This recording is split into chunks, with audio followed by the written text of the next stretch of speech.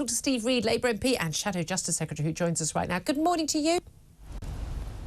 Good morning. Thank you so much for joining us live from College Green. I do want to talk about, obviously, your area of responsibility as a shadow in terms of looking at that Met Police review we had yesterday. First of all, I do want to get your reaction to the latest inflation figures. Expectation inflation would go down below 10%, the latest CPI figures for February, but announcement an hour and 20-odd minutes ago that it's actually gone up to 10.4%, mainly as a result of food price rises. Your reaction to that? Well, it's shocking, isn't it? It's only a few weeks ago we had the Prime Minister Rishi Sunak in this place behind me standing up and telling us he was going to halve inflation, and now it's gone up again to what is nearly a 40-year high. But this is at a time when we've also had wages held down for over a decade. We just had a budget from Jeremy Hunt, who's increased personal taxation to its highest burden for 70 years. Families are feeling the pinch, and they'll be asking themselves up and down the country, do you feel better or worse off after 13 years of Conservative government? And the fact is, people are infinitely worse off because the government's lost control of the economy. I mean, to be fair, an awful lot of this is down to lockdown policies, energy policies that your party supports, and Ukraine war, when you support the sanctions on Russia. I mean, what would be different under Labour? Well, the Ukraine war, of course, is affecting countries right across the world. If you look at the G7, the 7 biggest economies in the world, inflation in the UK is higher than in any of the others. So what would be different under Labour?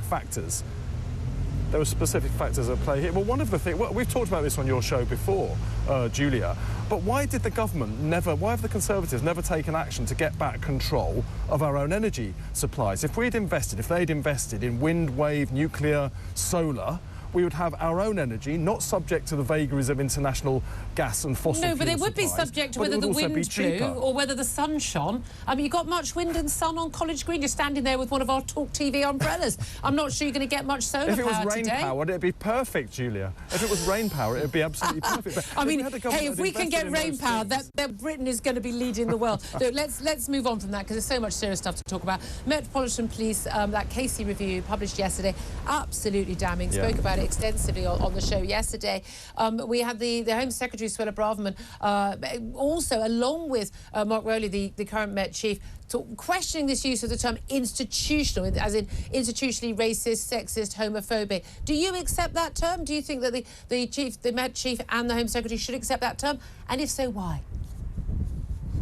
Well, you know, Baroness Louise Casey has conducted this incredibly in-depth, well-researched and powerful report into what's gone wrong in the Metropolitan Police, and that is the language that she uses, and I accept that report in full, and I think we all need to. It's Louise that's been in there and done this work, talking to members of the public, but talking to serving police officers as well. And when you've got a situation where 50% of serving black officers that she spoke to say that they've experienced racism, a third of women officers say they've experienced sexism, then there's clearly something wrong organisationally that has not been tackled. And so we have to take the language on the chin, and I think the Met Commissioner needs to do that as well, because if you don't accept the scale of the problem, then you're not going to fix that problem. Now, Louise Casey was clear that she does have confidence in Mark Rowley as the Metropolitan Police Commissioner. She's put him on 2 years' notice to get this job of work done, and there are a number of very, very profound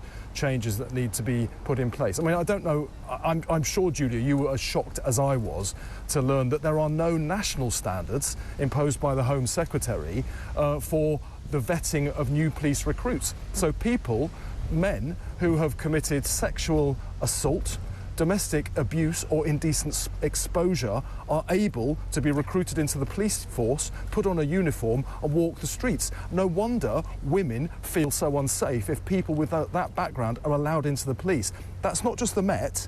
That's a situation that applies to the police right across the country. That's one of the issues, isn't it? And Louise Casey touched on this. It's shocking. That actually, it's very likely this is the case in every police force. And by the way, it's not about women feeling safe, about women being safe. Do want to question, though, given we are talking about the Met Police, largest police force in the country, and covering the whole of London metropolitan area.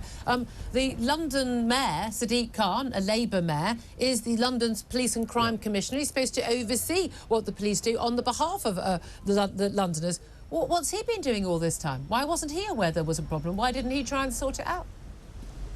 Well, he did know there was a problem, didn't he? Because it was Sadiq Khan who called for this report in the first place. It was Sadiq Khan, if you remember. After Wayne Cousins was found to have abducted, raped and murdered Sarah Everard. He didn't think there was a problem before. He was backing Cressida Dick all the time.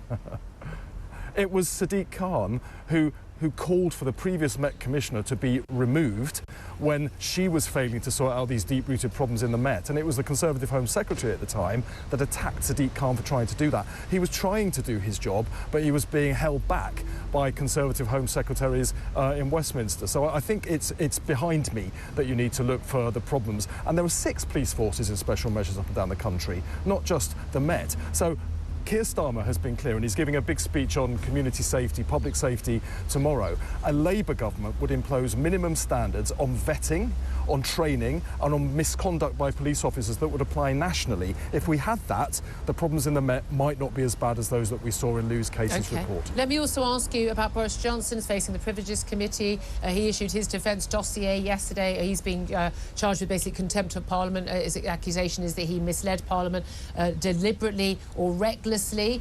He has denied doing that. He says he misled, but it wasn't deliberate, it wasn't reckless. He corrected his version of events as soon as he could, which was basically almost 6 months after when Sue Gray issued her report. He's claimed this is an unfair process, it's biased. Do you agree?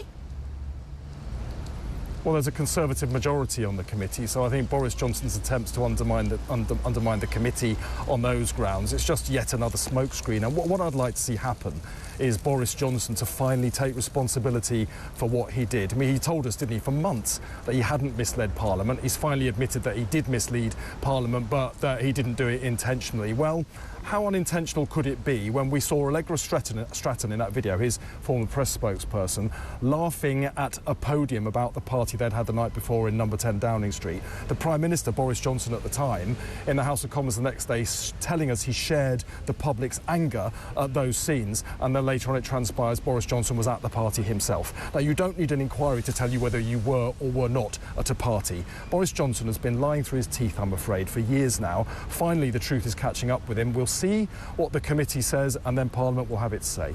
And in terms of if he is found to have misled Parliament in either recklessly or deliberately, therefore in contempt, if there is a punishment, if it is, say, for instance, more than a 10-day suspension, that would lead, and there was vote for that in the House of Commons, that would lead to a possible recall, possible by-election. Do you think his career would be over? Well, it would be in the hands of the voters in Uxbridge if enough of them choose to sign a recall petition. In those circumstances, then there would be a by-election. If Boris Johnson stands, it's up to the voters of Uxbridge to take a view. But I think it's only right that a Prime Minister who's run from the truth his whole life should finally be caught up by it. OK, can I ask you just finally about revelations on the front of the Telegraph today?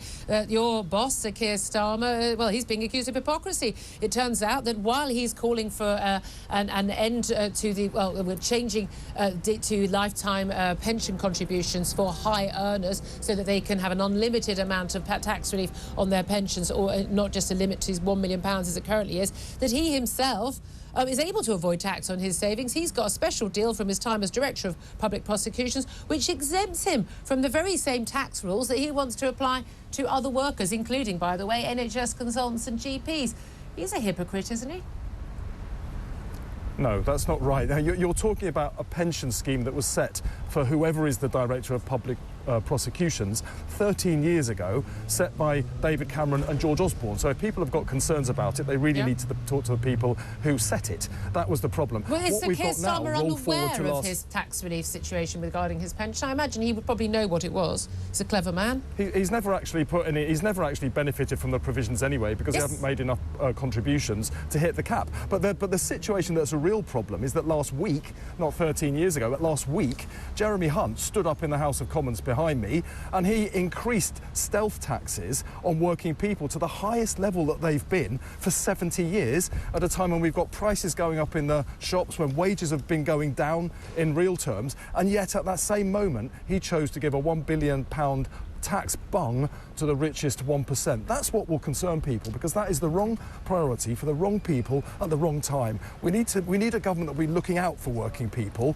not clobbering them with tax hikes or letting the rich off. OK, just finally, if I've got you just for one more second, really quick answer. This vote on the Northern Ireland Protocol to change the Windsor Framework, you along with Labour, are going to be voting in favour of this deal, even though many who wanted Brexit are saying, look, this leaves us under the people of Northern Ireland, part of the UK, under EU rule forever, and is actually a worse deal than Northern Ireland Protocol. Why is Labour supporting it?